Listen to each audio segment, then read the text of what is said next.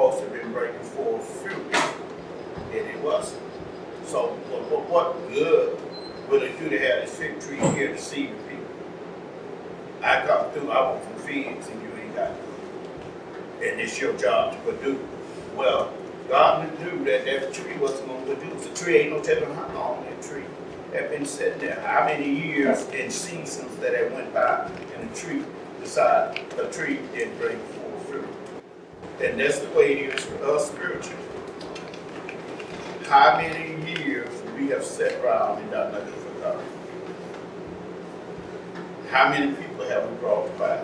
How many people could we say they wouldn't be in church if it wouldn't have been for me? Somebody have to tell somebody have to win somebody. If we look back over our lives, somebody planted a seed. Somebody told us about God. Somebody planted the seed. Somebody else came on and watered it. But it was God that gave the increase. Our job is to sow or water. You don't worry about the increase. God will give that. If there's an increase, should be, He'll give it. Now I'm talking right now. But if you have subjects and lessons that you, scriptures and things that you need answers to, I don't mind talking.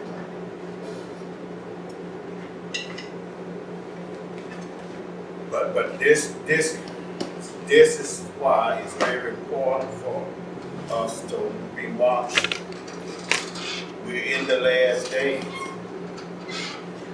In the last days, many different prophets false going to come. And some of them going to be so convincing till they're going to bring fire from heaven.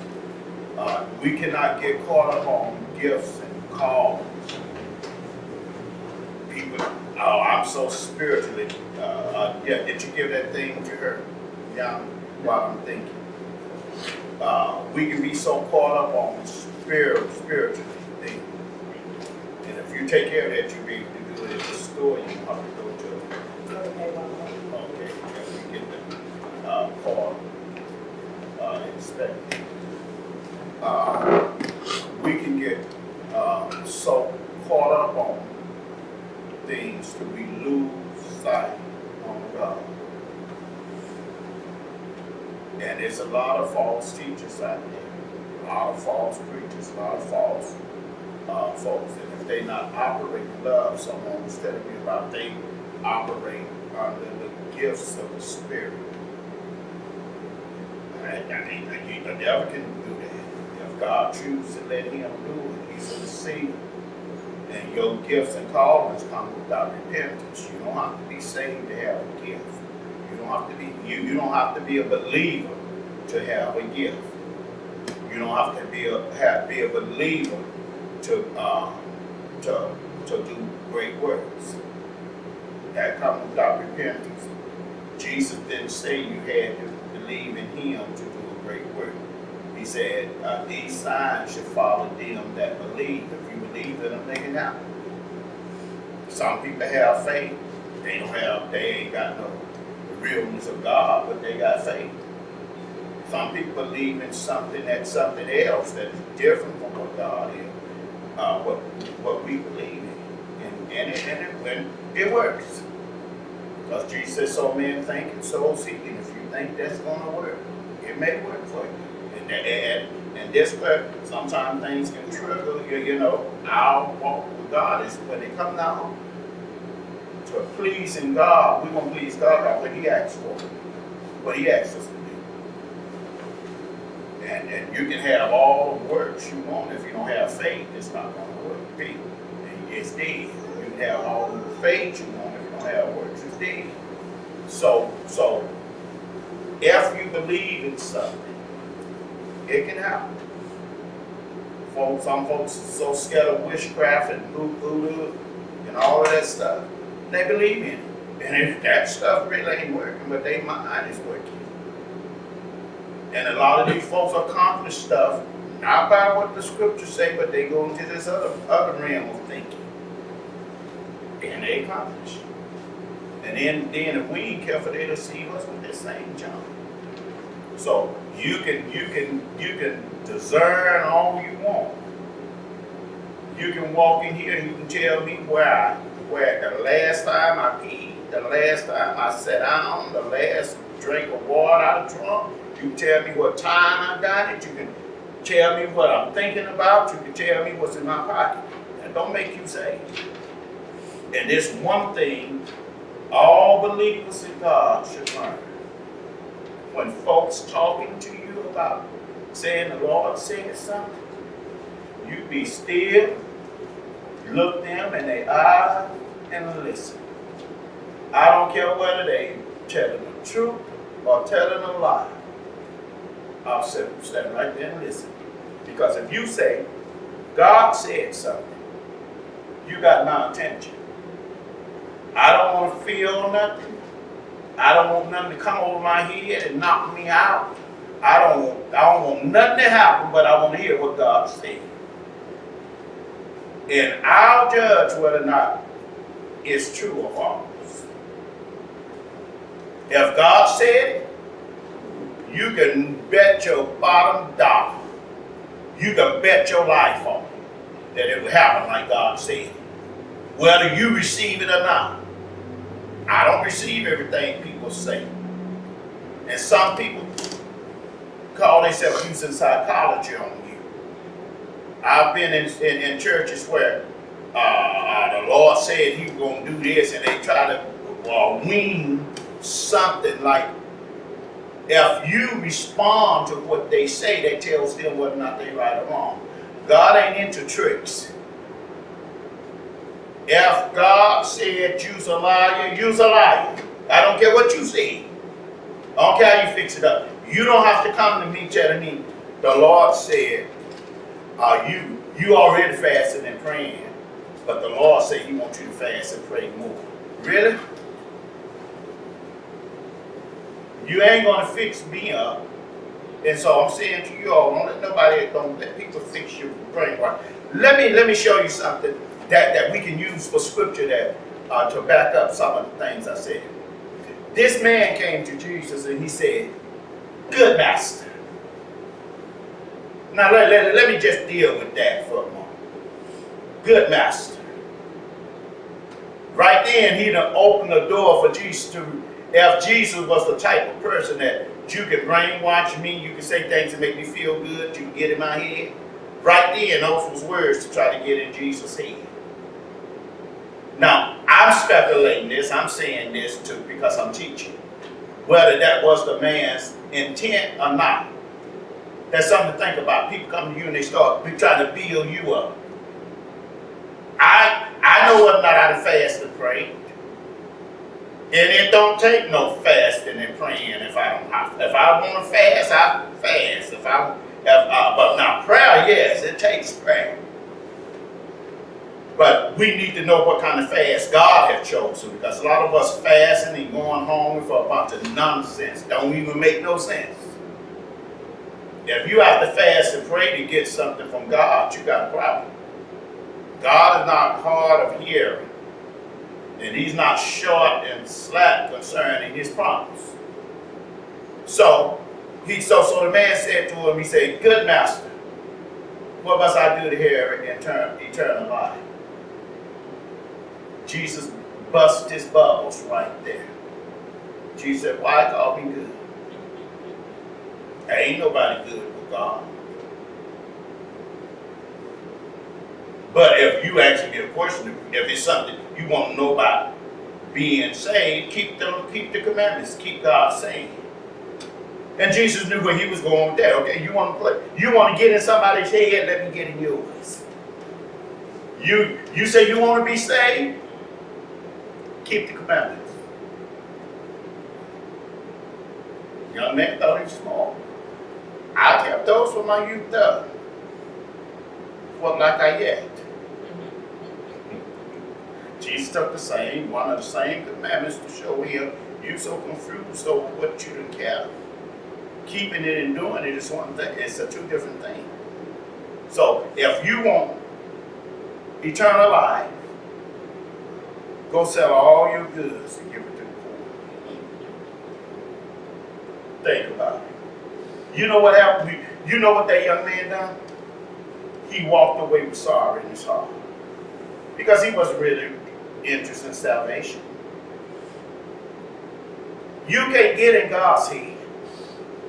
You can get in, if you want to get in God's head, treat one another right. That's what's in God's head. That's what's in God's heart.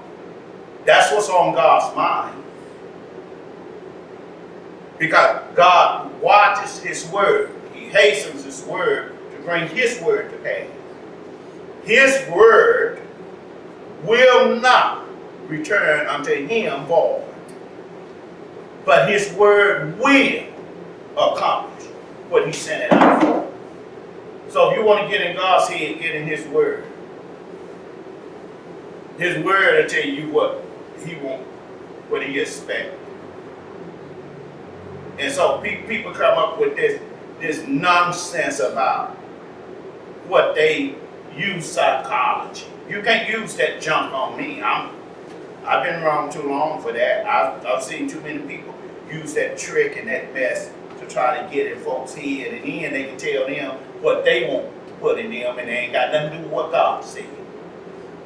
If God said something, whether I believe it, whether I accept it, whether I receive it, whether I reject it or not, if God said this gonna be, this gonna be. And only one can change it is God.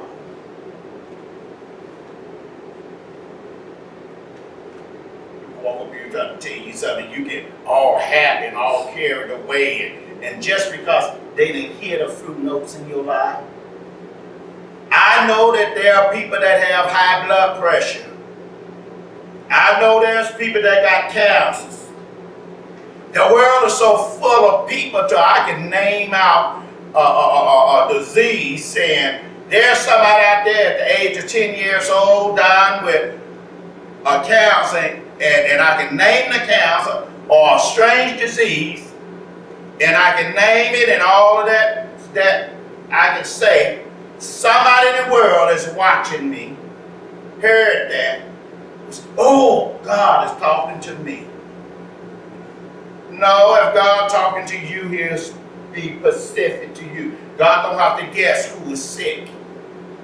I know that among black people there high blood pressure, obesity. Among Mexicans, among white folks, obesity. I know that there's cancer in certain race of people. I know that there is a heart trouble among certain races of people. And when you start naming these things, God don't have to be told you that. So don't try to deceive people with that junk. That's what that soothsayer was doing with Paul here. They come along preaching the gospel of Jesus. And she walking around behind them saying, these men doing the will of the Lord. But she would turn around and she would talk through elements and deceive people with all that junk she had. And so she decided, I'm going to walk behind these people and make them think that I'm really get the credit for this, because I'm going to walk behind them saying, these men doing the will of the Lord. And when I'm talking about they doing the will of the Lord, people already believe me, so that's going to offset what God doing. And they turned around and told that devil to come out of her. She was fortune telling. She was doing pretty good. She was deceiving those folks, telling about those people, and gaining money for doing it for her masters. And you got some folks, all they want is your money. All they want is to do is get in your head and have you believing in them. I don't care if I raise the dead. Mama been dead for about 20 or 30 years or longer. And I can stand right here and say, Mother Byrd, get up from the grave. Come here. If Mama can rise from the grave and come here and stand before me, If I reject what Jesus said, that's a deceiving spirit there. Because the devil can transform himself to an angel of light just to deceive you. And that's why when people try to prophesy and try to talk and try to teach to you and tell you things about your present, your past, your future, the devil can do that too. God don't have to deceive nobody to get their attention. God can speak and you'll lay down and die. God can speak and you'll get up again. So he don't have to do nothing. He scooped us out of the dust of the earth and made something out of her and put the breath of life in her. He don't have to deceive you. And he's not a deceiver. But if you ain't careful, the God of this world will. He got a lot of tricks up his sleeve. And you know sometimes the hand is quicker than the eye. This is why we have to look unto Jesus. There's no tricks in him. He can perceive your thoughts and tell you all about your thoughts and turn around and prove to you that your thoughts are wrong. So they come to when a person starts telling you about your past. But I want to know about my past. I don't need you to tell me nothing about my past. I'm not even interested in my past. And some of it may be so bad, I don't even want to remember. I want that to stay blocked out of my mind. So you ain't telling me nothing new. You can tell me about my future, my present. I know what's going on in my life. I don't need you to tell me that. You can tell me about the future. Tell me what, when, where, why, and what, and who. If you're going to tell me something, if you're going to prophesy to me, and you're going to get in my head, you tell me something that's going to happen right then and there. If you know so much about my past, you tell me exactly when it happened and exactly what was going on.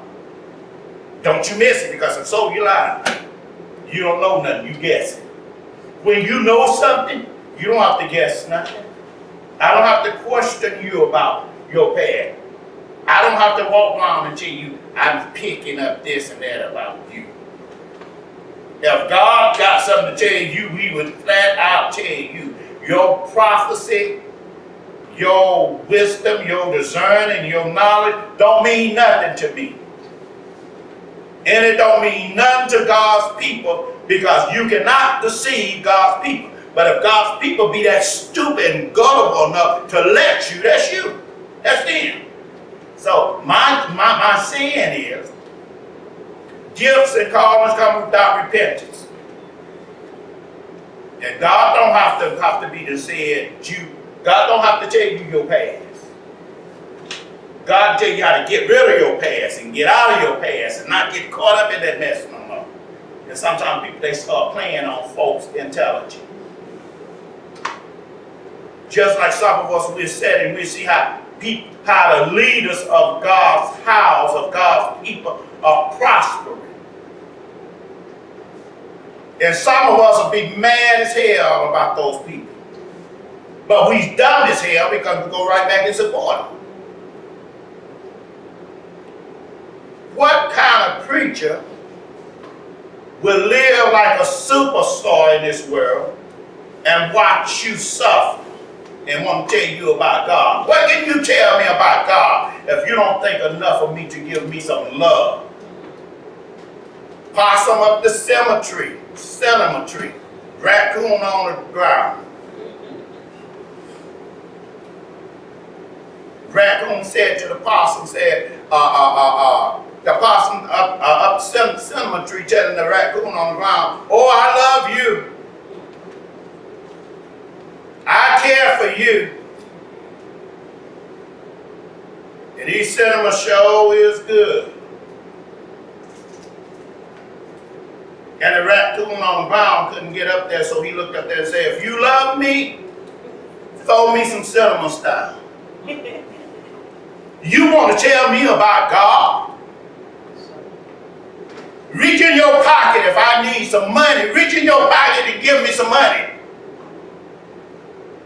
Let me drive at least a car if you're going to fly in a jet. That's, if you want to talk about prophecy, come on out of here. You think you can get in God's people's head with all this baloney? Oh, God then gave me a gift. Why can't God give you the gift of love? That's the gift you need. And love is not just in words, it is in deeds. People, y'all better thank God that you got a preacher that won't deceive you. If I drive a new car, I want you to drive one. I live in a nice home, I want you to live in one. God is not into these big old fancy homes and fancy houses and fancy clothes, not even a big old fancy church. I'm not going to step here and tell you that if you make God's house look real pretty, this building look real pretty, God will bless you. It would be wrong for me to see you in a need and take the money that God told you to give me and turn around and spend it on a building when you was in need. How can the love of God be in me? Those peoples in Bible time, those apostles took their money. And those people sold possessions and brought it, and the Bible said laid it at the apostles' feet.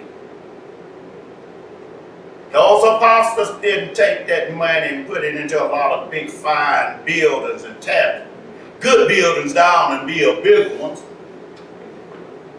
And those little places that they was having service in, those people were going by leaps and bounds.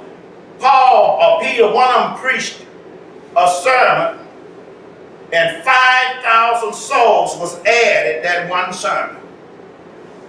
The church was growing by leaps and bounds. And you don't find nowhere where Peter took that money, those apostles took the money and said, I'm going to build a bigger building for these people. But what did they do with the money? That money that they took up, they laid it at the apostles' feet, and the apostles took that money and distributed it among the people that had need. But we so holy, we live so righteous. And God's people, you better wake up. Y'all better wake up and learn to appreciate the one that would tell you the truth and turn around and help try to get you right. Try to help be concerned about your living. This is what God talked to Ezekiel about. Jeremiah them about. Isaiah them about. These people feeding themselves off of y'all money. Sow this in my ministry. This ain't my ministry. This God's work. And let me tell you this. When people start calling out blessing plans and trying to tell you if you do this and you do that, God's going to bless you. God's going to bless you whether you accept God or not. God don't have no respect of a person. You can curse God if you want to, and God yet love you. And I can bless God, God yet love me. And you know what? God won't make no difference between you nor me. God didn't make no difference between me and Jesus. Jesus was doing the perfect will of God, bringing us back to God. And he suffered just like we do. Matter of fact, they beat him for us. Think about it. Every time you get sick, think about one of those whelps they put across his back for that. Every time you was in hidden sin, think about the iniquity of your sin was put upon him. Every time you transgress God's flogged. Think about it, he was bruised for that. And just that you can have peace with God, they whooped his back. He was greater than any of us preachers going. We're not even worthy to open our mouth and talk about him.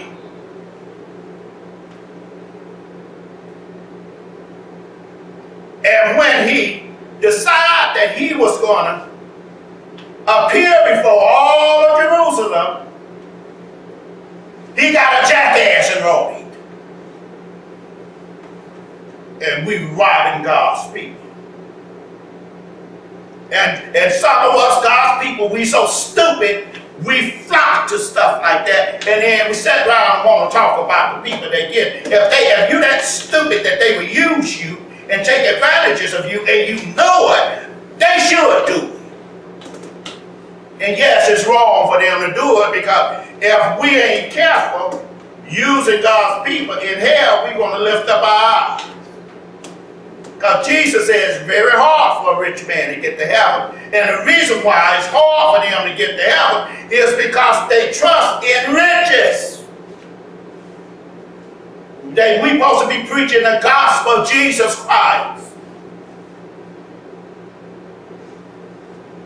You in a need. You hungry. Your lights out. You living outdoors. You under the bridge. You probably want to come to the house of God, but you ain't dressed the way we think you should dress. You want to, no doubt, be able to come and sit among the church folks, but you in your mind saying, oh, my clothes ain't clean, I don't have nowhere to bathe. And here I am saying I'm the man of God or the woman of God, able to reach out and get you. Some of these big old churches, they got so many people, and they done ripped those folks off of so much money. And you got people under the bridge, hungry, have to sleep in the rain, the weather. And some of them is not in their right mind, and we take up all of that money and won't help those folks. In the day of judgment, preachers, we will pay. You'll rob your own people to bring some other crook among them to preach to them. Let me tell you the story about a Baptist deacon, a Baptist preacher one time. The Baptist preacher said that he had a group of Baptist deacons. And said, and one of those deacons was very faithful, committed, very supportive. And that deacon got sick. Lost his job. Everything started going bad for him. End up in the hospital. And the preacher said that story I'm telling. Said that they went and they tried to talk to the brother. And the brother was so bitter he had even turn his back on God. And they was doing all they thought they were to do, trying to minister and reclaim the brother and get him back to God. So the preacher said, the Lord told him, said, preacher, you want to get this brother's attention? Think about this brother's need. This brother has been very supportive here. This brother got a wife. He got children. He don't know how they gonna eat, how they gonna go to school. And y'all going down there talking to him about God. Talk is cheap. The gospel means nothing to the people if you don't show it to them. I'm home and you telling me God can feel me and you got what I need in your pocket? Come on out of here. You don't believe that? John kills faith. Because if you believed it, you'll reach down in your pocket and you'll get me some Benjamins or some Franklins or some Grants or whatever they are, some of those dead presidents on the bills, and you'll put them in my pocket to give me what I need to eat. I shouldn't have to wait on God if you got what I need.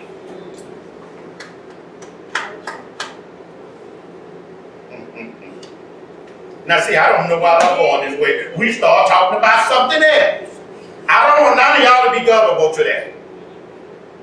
You, baby, I sit there and lie to you and tell you, you done saved your fruit hours trying to prepare for you to take a vacation or something, and I come to you telling you, the Lord said, give me that money so that in my ministry, and He'll bless you.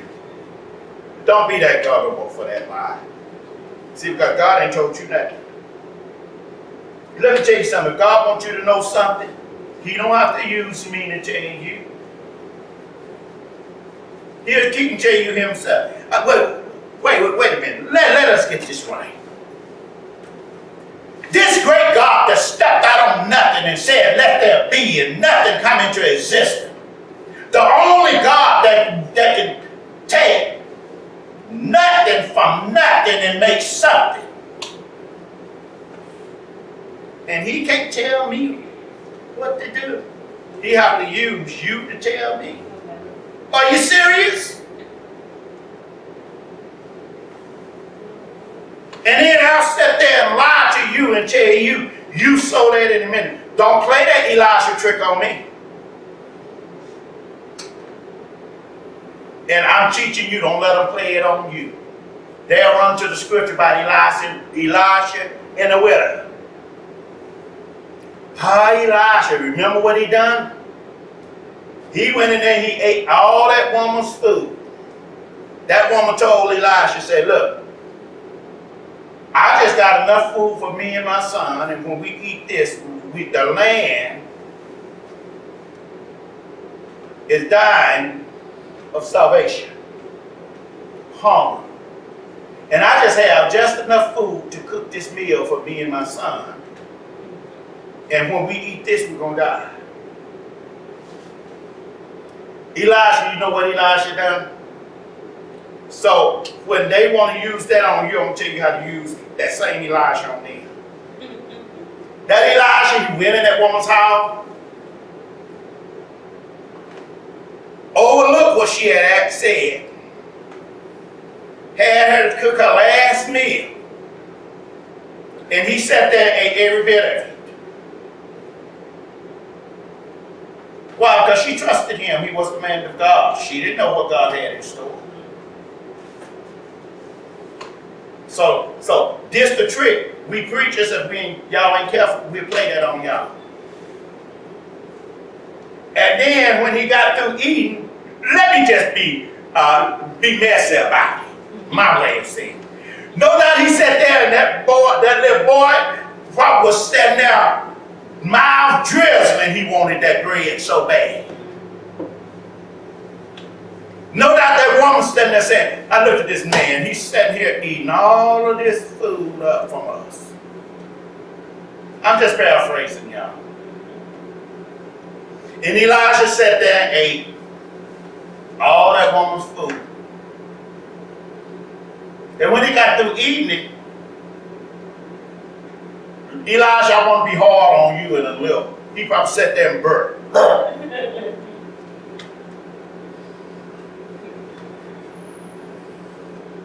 That's what we preachers, if y'all folks ain't careful, that's what we use to try to get in y'all head. And y'all so gullible, y'all take that scripture. That's a good thing, to trust in God, to trust the preacher. But we're living in a day now where these preachers are hypocrites. Let me flip Elisha over now. That same Elisha, when he got through eating that woman's food, that Elisha said to her, now go get your water pots, go get all your barrels. when she got through getting those together and all of that, he said, I'm going to borrow some. Get many as you can get. Just get just get them. He putting the woman to work. This is what we use on God's people. People, I'm telling you a trick in this one. And I'm going to explain, that's good, what we use. But when that woman got through bringing all those barrels and buckets and pots and whatever she had, Elijah gave thanks for it. God filled every one of them. Then that same widow, after that Elijah left, her son died.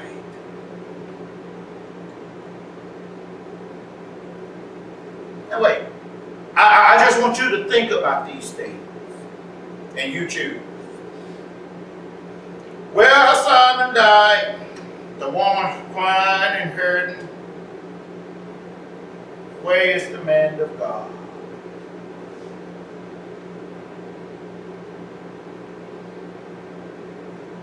And she found Elijah, and she said to him after the thing she had done, my son is dead. Elijah turned right back around and went back to the house. They gave life back to the child. That's the real story of Elijah. He ate that woman's food, drank her water, and then blessed her. Think about these crooks that you done gave your last to.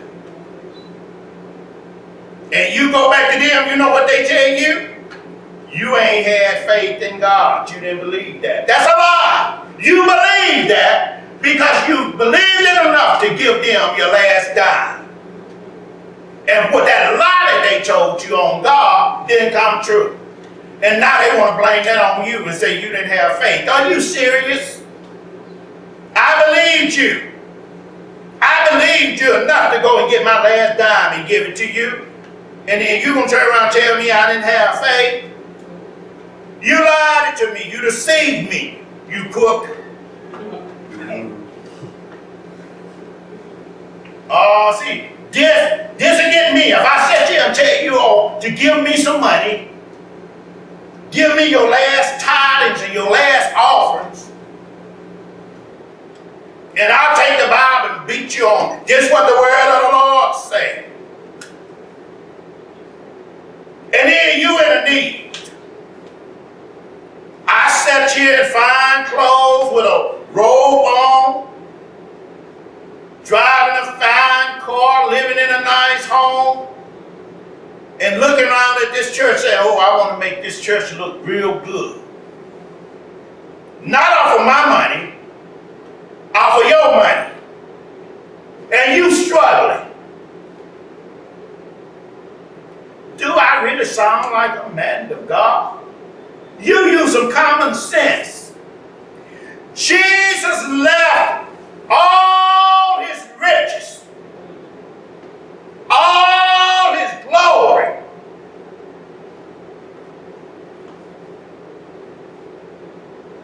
he could have chose to never love, but he gave that up and come down to us virgin woman,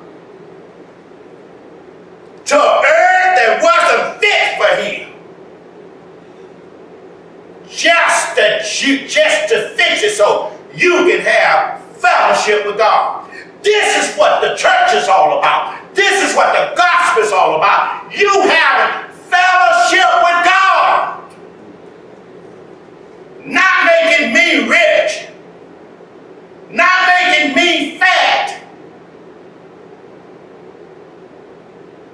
not giving me the best of life. It is easy for me to tell you to trust God when everything's going well for me. I should be an example of what I'm teaching.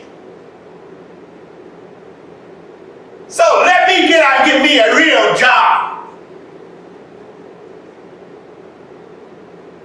these people have me where I have to come to work whether I like it or not. I have to submit and obey what my authority, my master say on the job. And I don't have no money. I have to depend on my paycheck every week. Let me hear your preaching now.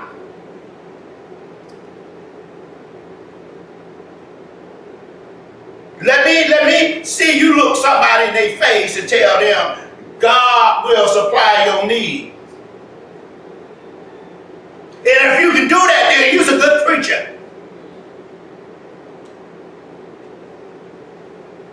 But you'll find yourself making 10, 5, 8, $15 an hour, sticking some of your tithes and offerings in your pocket. Come on out of here. But you'll tell me I need to do this, I need to do that. And this is what we preachers do. Woe be unto us if we live in fine homes and you got people under the bridge. Woe be unto us if you drive fine cars and fly and great airplanes and three people don't have a place to stay, don't have food in their stomach. Woe be unto us if we sit down fat and fine and full and there's some poor folks can't survive on Uncle Sam's check. Woe be unto us that preach the gospel of peace, the gospel of salvation, the gospel of love, and we don't show it. Woe be unto us. If your lights is out and I'm teaching to you faith, I should exhibit faith. I should reach in my pocket. And while you waiting on God, I should pay your light bill. Folks don't, God, people, let me tell you something. Some of you got more religion than your leaders. Because you trying your best to do what the leader tell you to do. They lying to you, robbing your money, telling you God said give you this and that. Let me tell you something. When God told Moses about building a tent, building a place to worship, you know what God told Moses? Take offering among the people. Don't press those people. Let those people give whatever they want to give. That's what they done. And God was pleased and God's work got done. Well, better yet, Jesus took one. Oh, I'm really finna fix this one. Jesus standing out there preaching and teaching to the folks the whole day just about was gone by. And those folks was hungry. Jesus ain't got no bread, ain't got no water, ain't got no fishes, nothing to give them but the gospel. And so you know what Jesus said? Told the disciples, said, look among you and get somebody that I know I ain't quoting it like the scripture said. I'm telling you the truth. Find out what you got among these people. And I want to start what they had among the people was offering. And that offering was fishes and loaves. Wasn't enough to feed but the person that had it. Jesus didn't take that and eat it himself. And he had been out there all day with those people just like they were. No doubt he was hungry just like they were. You don't find where he ate none of that stuff. But he told them, said, bring it to me. That little boy gave up his little plate of dinner.